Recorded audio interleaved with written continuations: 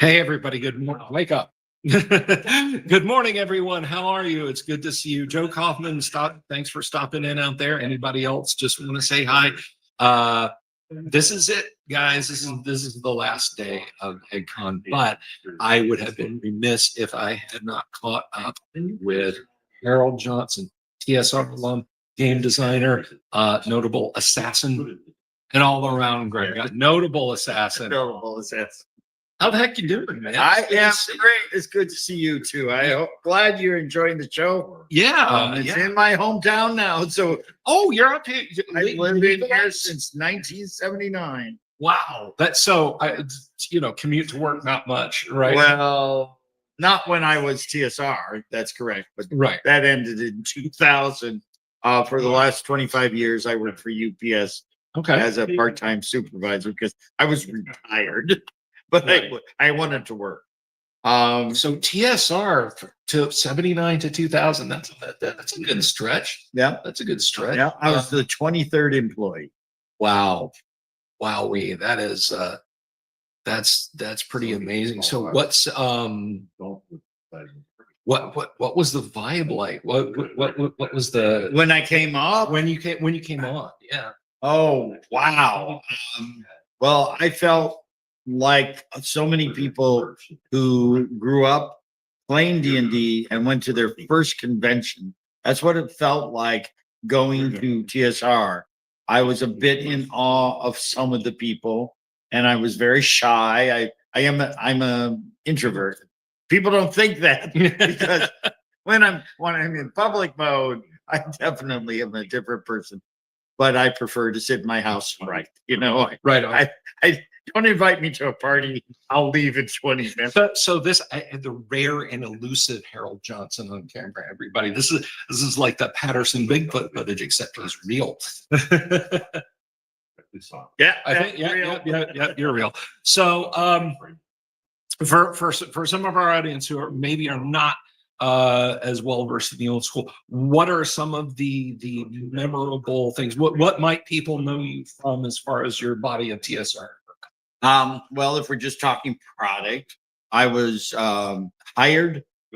People don't know this, but I was hired to be the lead writer on Dungeons and Dragons.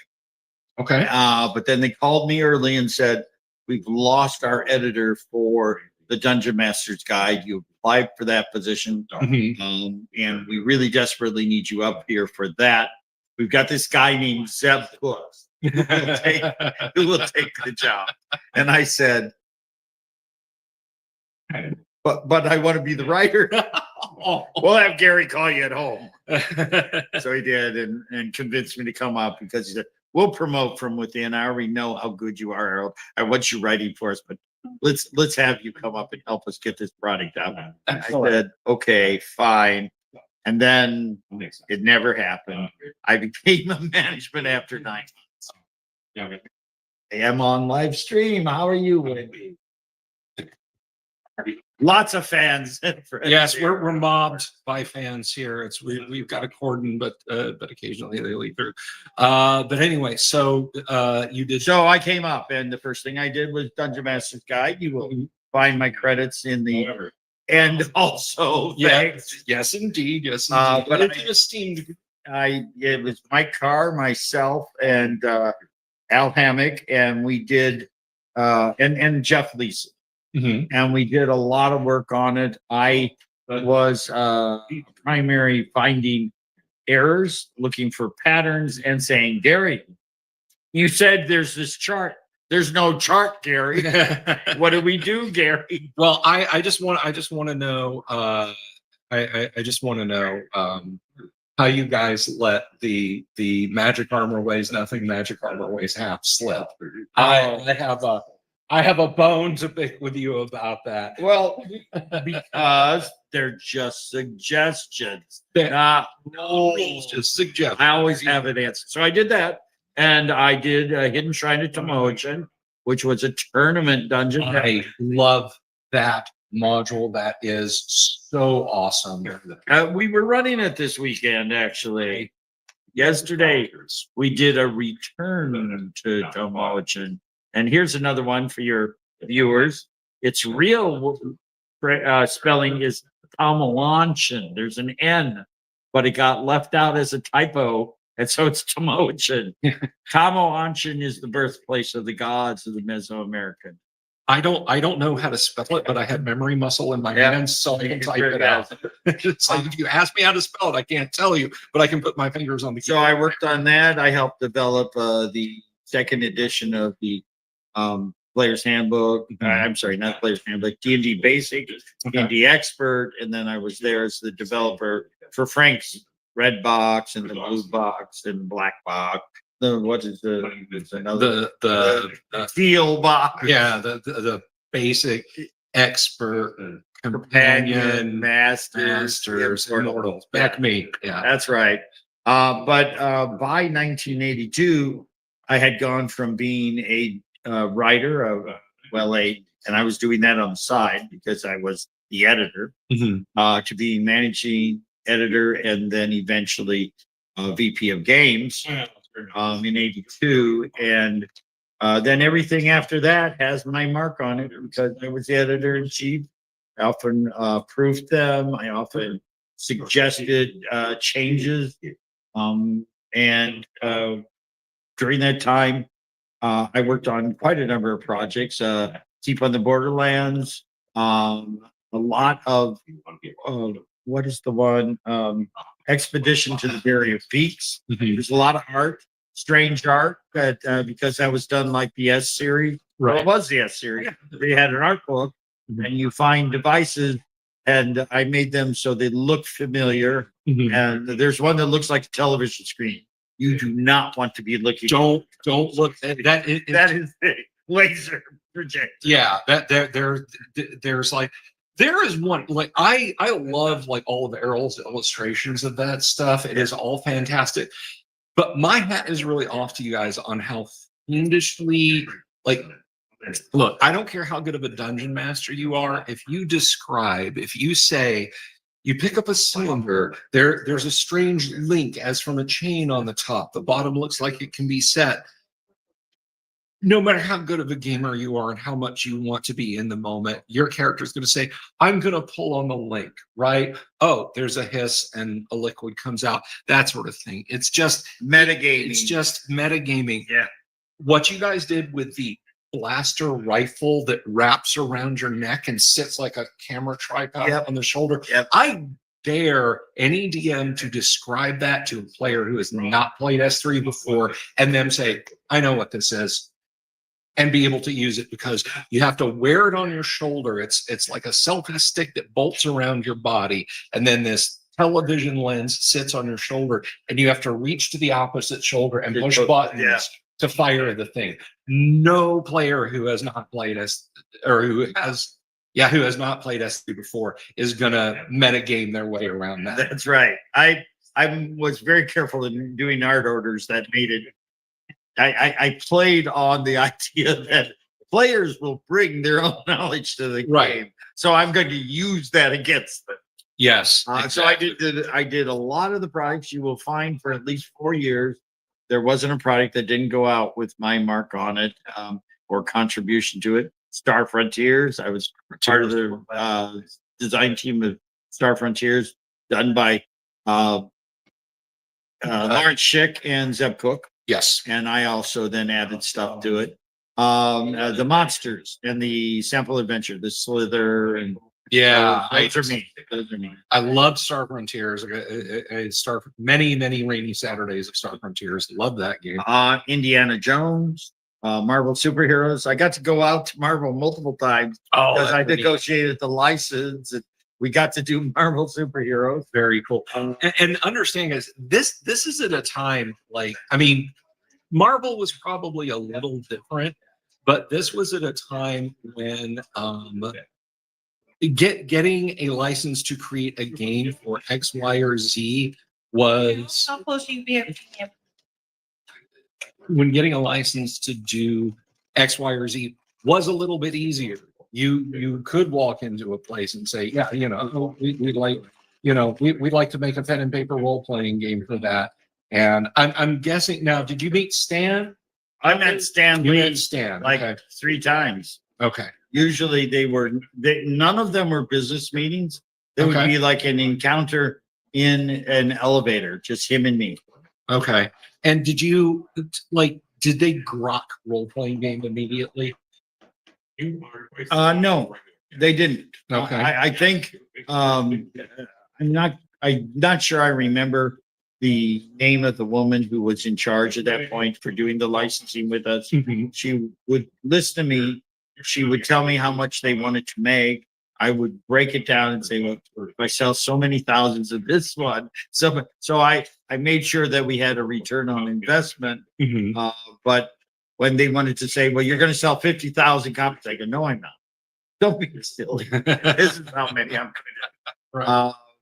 Unfortunately, she had an accident and died, and we lost her. But she was very instrumental in doing it. So they did not grok it, but they started hiring people at Marvel. One day, I'm in New York. Mhm. The only person I know in New York is my cousin, and he works for BBD&O as an art director. Mhm. And I walk out of the building, and somebody shouts, "Hey, Harold!" I'm in New York. I don't know anybody who was calling me by name. And it turns out it was an artist from the Twin Cities who I knew, who had just gotten hired by Marvel. And Nice. small world. Small. I wouldn't want to paint it, but yes. So yes, and I've I've done lots of stuff. I've done all those games. I've run in Indiana Jones, a lot of the board games, 2001 and 2010 adventures, the Conan adventures, and board games, lots of board games for 4 years. And afterwards, I contributed and have continued to contribute to various products and product lines. But I guess the biggest thing is Dragonlance. Are we freezing? No, we're not. Oh, because He's freezing. we have crowds out here Yes. talking to it. Yes. So Dragonlance, yeah, you Dragonlance. Dragonlance. When I came on board in 1979, the company was 2 years behind schedule. Wow. And being late on release means lost sales. Yes. Yes. And after I'd been there for 9 months, they were looking for a manager of production, Mhm. and they came to me and said, "You're bossing us around since day one. We're going to make you a manager," which is why I did not become a designer. Well, So I did that, and as I say in '82, I became the vice president of games.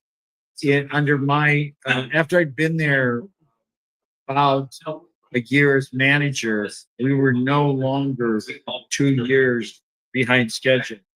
We were 2 years ahead of schedule. nice. And I was terrified they were going to find out and fire us. They didn't need us for 2 years, had enough product. So I wanted to look busy, and I started quietly what was called Operation Blue Sky.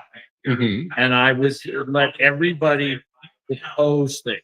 Back in the days, we proposed something called Dragon Speak, and it was a sound chip for like the Nintendo system that you could put in so you could have sound effects in your game. Oh, neat. We didn't know what we were doing. No. We just conceived that it would be neat. Nowadays, you've got Serenscape, you've got a number of sound effects you can add. Yeah, yeah. But that's almost 50 years later. That's good stuff. Yes, and then we did a board game, but in the process, there was this desire to be Gary. Do what Gary achieved. Gary didn't do single modules; he did 3-module series. So Jeff Grubb and Tracy Hickman both proposed a series of 3 modules featuring dragons. And that went up to marketing, who at that time made the decision. We did the creation, but they would say, well, this is what we'll sell for it. And they came back and they told us, dragons are like dinosaurs to people who play fantasy games. And since we're mostly boys, 95% of our audience is boys. They love dragons. We should do a series on dragons. But let's not do a 3-module series on dragons. There are 10 different dragons. We should do one that is 10 modules one featuring each type of dragon. Right. I thought that was a really stupid idea. But being their agent, I said, okay, let me see. And I looked at the two proposals. I liked Tracy's. Mhm. And I said, okay, we've got a foundation of knowledge about dragons. Not a story. It wasn't Dragonlance at that time, called Eye of the Dragon. Okay. And it was, he had just written nothing. You want in? Well, we're kind of getting all right. Okay, so keep going. So Sorry, hoof beats in the background, guys. There's jousting going on over yonder. Paul is interesting. So I took Tracy off site to my house and then his house over a 2-day period, and we conceived what became the Dragonlance. So I have an interesting Tracy Hickman story to tell you real quick and for the audience. Some of you guys might know this story, but I did want to I did want to mention this. A dear friend of mine, he's no longer with us, unfortunately, but a dear friend of mine was a gamer in Utah, and he actually went on to become the lead programmer for MechWarrior 2, the video game back in the 90s. But Eric and I were just BSing one day and said, he said his game master came to him one day and said, "Hey, Eric, love the D&D game and everything. I got a job. I got it in Wisconsin. I got to go. He's got to leave." Gave him a bunch of notes and said, "Here's some stuff I've been working on if you want to keep running the game and so on." And so Eric's DM in Utah was Tracy Hickman. Oh. And so you hired my buddy's DM out from under him. And he was always going to show me Tracy's notes, and then unfortunately he passed away. But Contact Tracy, see if he still has his notes. I wouldn't I wouldn't even know where to begin with that, but no, that is that's wonderful. So you brought Dragonlance to the fold, and just you kept on keeping on. Oh, for Ravenloft, Dark Sun, Planescape, all these are things I enjoy. Okay. Now let me from a gamer perspective, and I am certainly of this mindset myself. We're just talking about dice hitting the table. I tend to view the Dragonlance modules as being pretty railroad. Look, you got to start here. You can't go and do the things. You got to follow exactly as it goes. Have you heard that before? We heard that phrase, but it's not true. It's disabused. Well, a lot of people thought that's what we were doing because there was a story you needed to follow. Right. You have, and Tracy, who wrote the first adventure, was doing what he knew, which was, here's a path, go down this path. That's all you could have. And I said to him, what if they go elsewhere? And he said, okay, I will put barriers. If they go out into this plane, the dragon armies will take them back into the thing. And that was what Tracy did. Okay. After the first module, I had, as director of games, sat down with everybody and said, you misunderstand how stories are told. In those days, we were talking set encounters and set locations. Mm-hmm. And that's not Dragonlance. You have a story, you're going across the countryside. How do you change from doing a dungeon to doing a story? Mm. And originally he was trying to do the same thing, break the story down into chapters and put them in that location. And I said, no, stories are events. Because I remember, like, I picked up a Dragonlance one, so I was leafing through it, and there was a section in the, and it was probably one of the early ones where it said, all of these characters must survive for it's like you as the dungeon master must ensure they survive. And I'm like, the hell I do. I as a dungeon master am gonna slay the lot of them if I can. Right, right. Well, again, that would have been early writing, Right. and So- we were just so- abusing the writers of that. So it notion. opened up as they went along. It opened up. I told them you have the set encounters and you have events, and events are kind of an overlay, and they're going to happen wherever you are. You can go to an encounter and you can be in the Gully Dwarf tribal area, and this piece of the story will move forward. So As we it should be. so we later separated them, and they were called events. In my own home campaign, I was just telling a story, and I would spin it as I went along. And I had random incidents, is what I call them. Nowadays, you call them random events. An event is not an encounter. It's an element of a story that's it's going to enhance the story. It finds you or it doesn't find you. Right. If there's a war going on, we don't worry about it freezing off screen while the heroes are over here. It's still happening. And that's how a living world should go. That's almost a Bronstein type. And in those days, nobody knew anything. I didn't role play that way because I didn't know the rules. First time I played, our GM was supposed to ref us all night. And at 9 o'clock, he went home and we had no rep. They said, what do we do now? And I said, well, I don't know the rules, but I know how to tell a story. I was a professional performer. I knew how to ad lib. So I said, give me half an hour, draw myself a map, and we will play something. And since then, I always did stories. And that's how I did it. So I was bringing that into the interpretation of role-playing games. No longer just dungeon crawls, but that there was thematically a linking story that would take place, whether it was from encounter to encounter, or if it was an unfolding story that you could explore. Right now, I'm doing a series. I don't necessarily have a name for it. I'm sure I do. I remember it. The first adventure is called Stone Cold.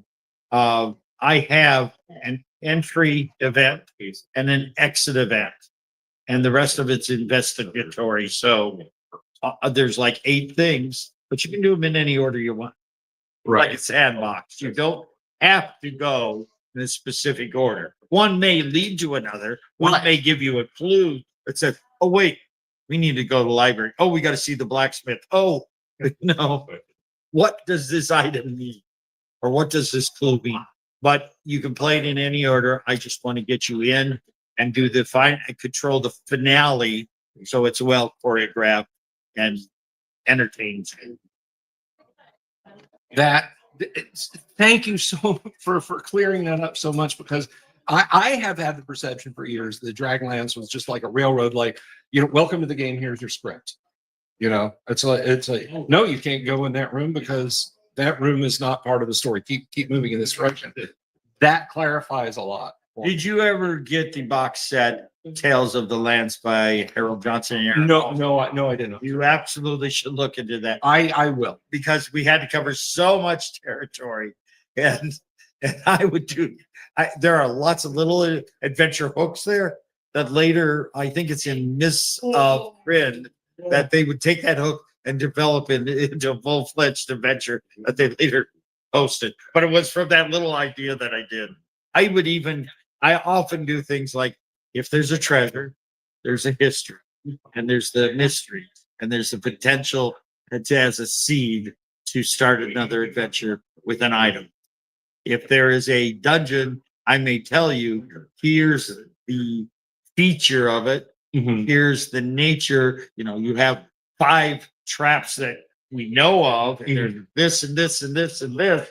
You can put them in any order, anywhere you want. So then there's garbage, and there's other things there. So it's very, and I use this term because it is my favorite campaign setting. It is very Great Hawkian in that it is very, look, here's a hex, there's a town. Go, it's yours now. Go do with it. Yeah, absolutely. Greyhawk was the first campaign that we published, first campaign I played in, other than my own.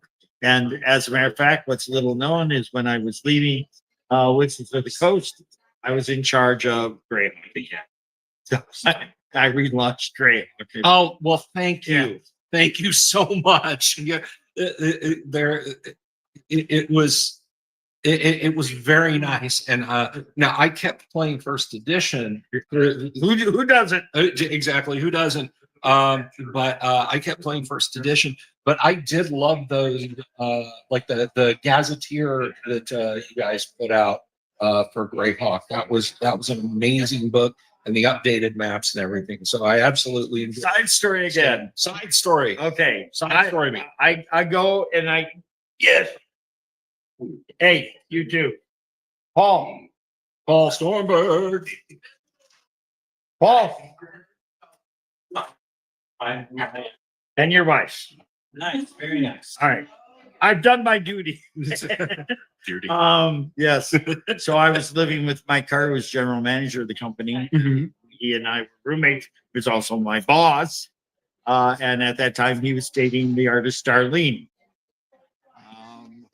And Darlene one day shows up and said she didn't have any money. And was there something that she could do for me that I'd pay her for it? I'm going, well, I don't have a lot, but you want to render my map, my campaign map, into a map very much like Lord of the Rings. She says, what?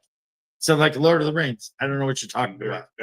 Because the maps in Lord of the Rings are drawn by J.R.R. Tolkien. Right. A lot of the original sketches were J.R.R. Tolkien. Yes.